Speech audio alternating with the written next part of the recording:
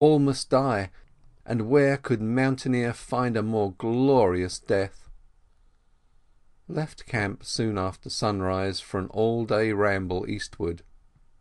Crossed the head of Indian Basin, forested with Abies magnifica, underbrush mostly Ceanothus cordalis and manzanita, a mixture not easily trampled over or penetrated, for the Ceanothus is thorny and grows in dense snow-pressed masses, and the manzanita has exceedingly crooked, stubborn branches.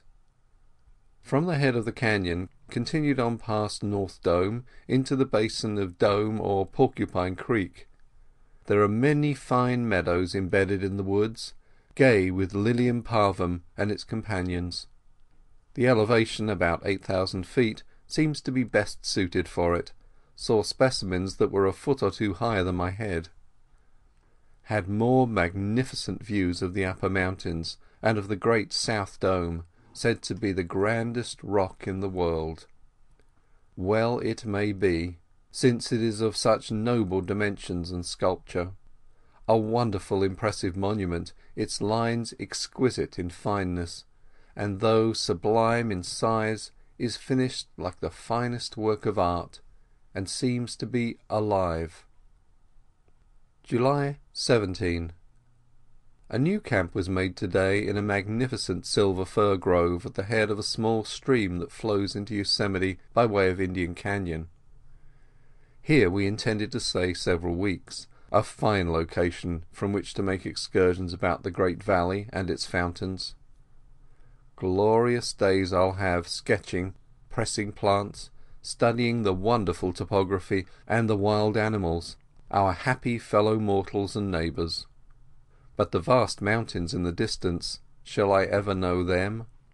Shall I be allowed to enter into their midst and dwell with them? We were pelted about noon by a short, heavy rainstorm.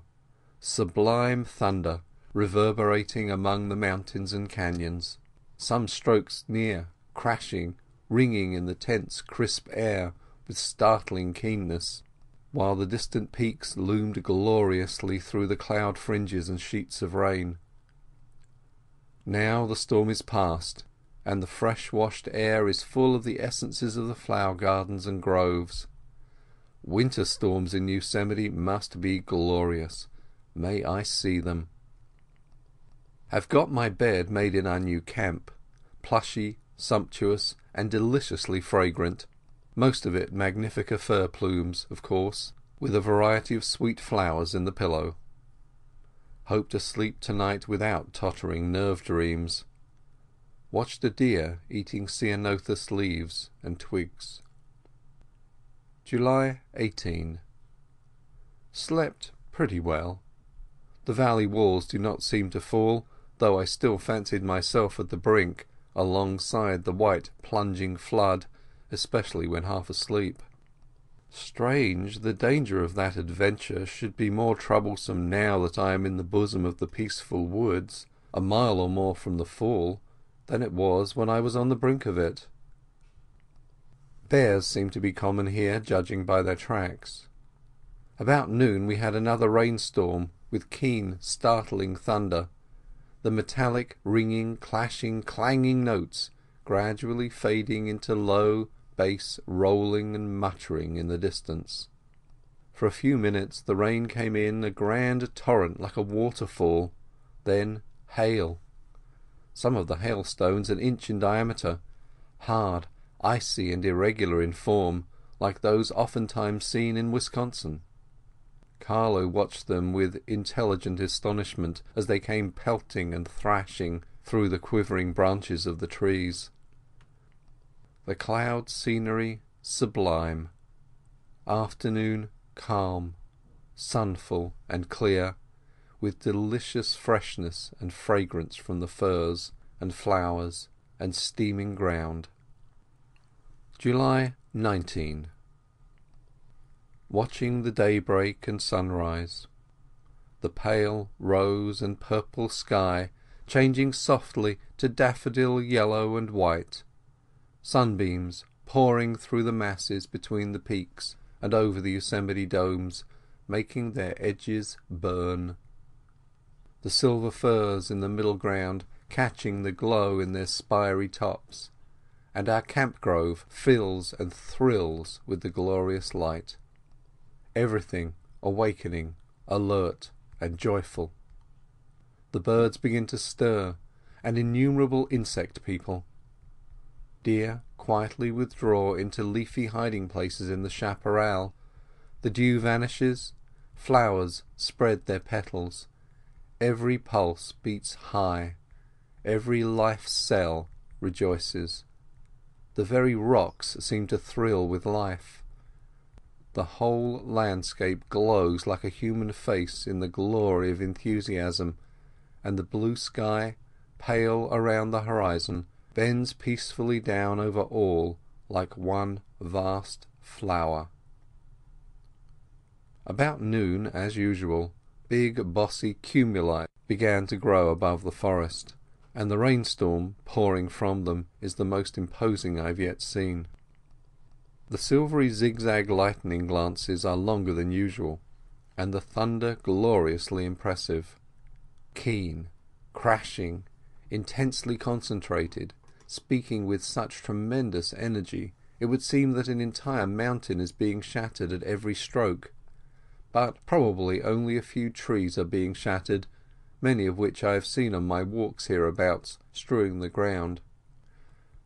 At last the clear ringing strokes are succeeded by deep low tones that grow gradually fainter as they roll afar into the recesses of the echoing mountains, where they seem to be welcomed home.